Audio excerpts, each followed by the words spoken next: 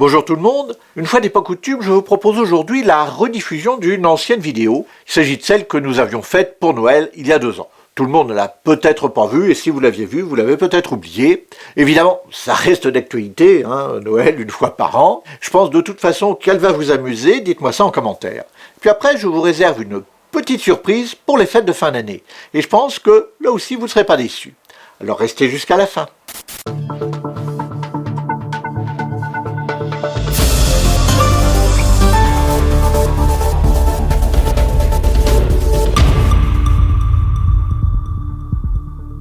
Mesdames, Messieurs, bonsoir.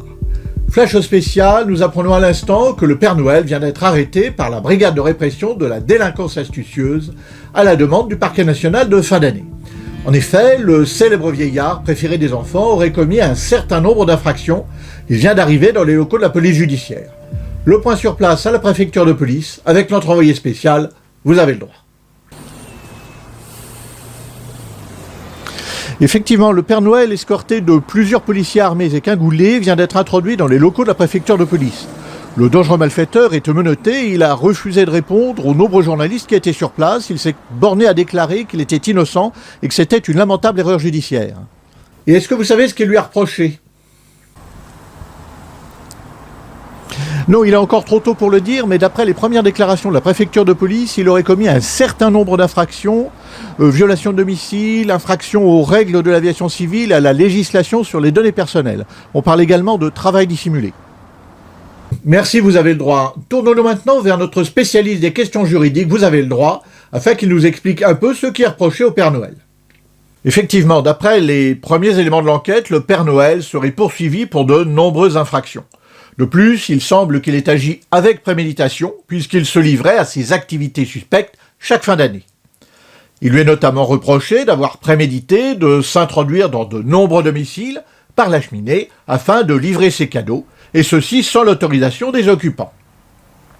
Il s'agit d'une tentative de violation de domicile, et c'est interdit par l'article L226-4 du Code pénal, qui punit l'infraction d'1 an de séchoir et de 15 000 € d'amende. Le fait qu'il ne soit encore rentré dans aucun domicile cette année ne change rien à l'affaire, puisque s'il ne l'a pas fait, c'est uniquement à cause de l'intervention des forces de l'ordre. L'infraction est donc constituée puisqu'il n'y a pas de désistement volontaire de sa part.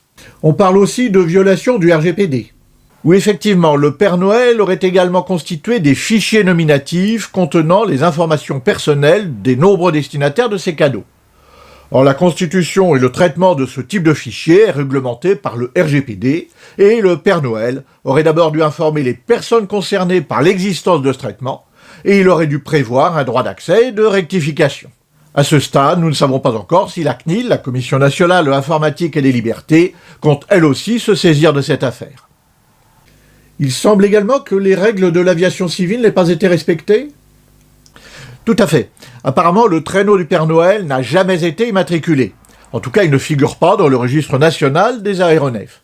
De plus, il est probable que son mode de propulsion ne soit pas homologué.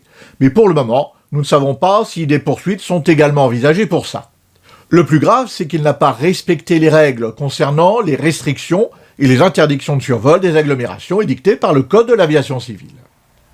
Merci, vous avez le droit. Nous rejoignons maintenant au palais de justice Maître Ducos-Siffredi, l'avocat du Père Noël, qui vient de faire une première déclaration.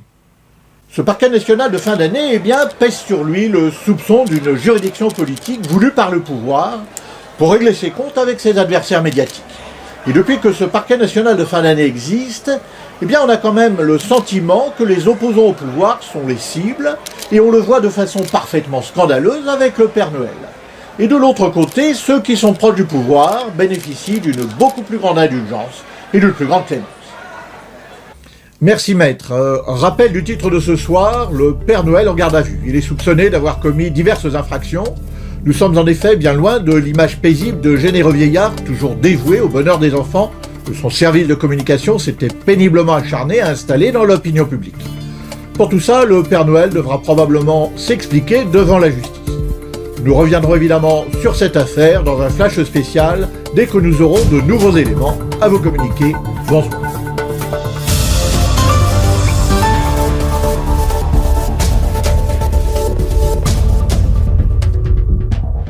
Et maintenant, je vous ai préparé un petit cadeau de Noël.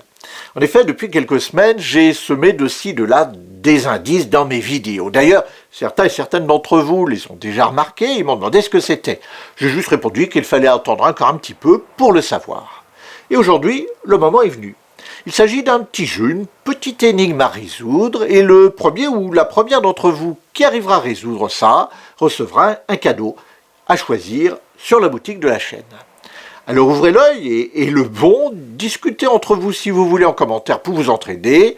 Il s'agit de deviner où sont les indices et ce qu'ils veulent dire. Je vous souhaite donc de bien vous amuser avec ce petit jeu. La semaine prochaine, je vous propose l'intégrale de la série de l'été d'il y a 2 ans sur l'affaire Marie Bénard.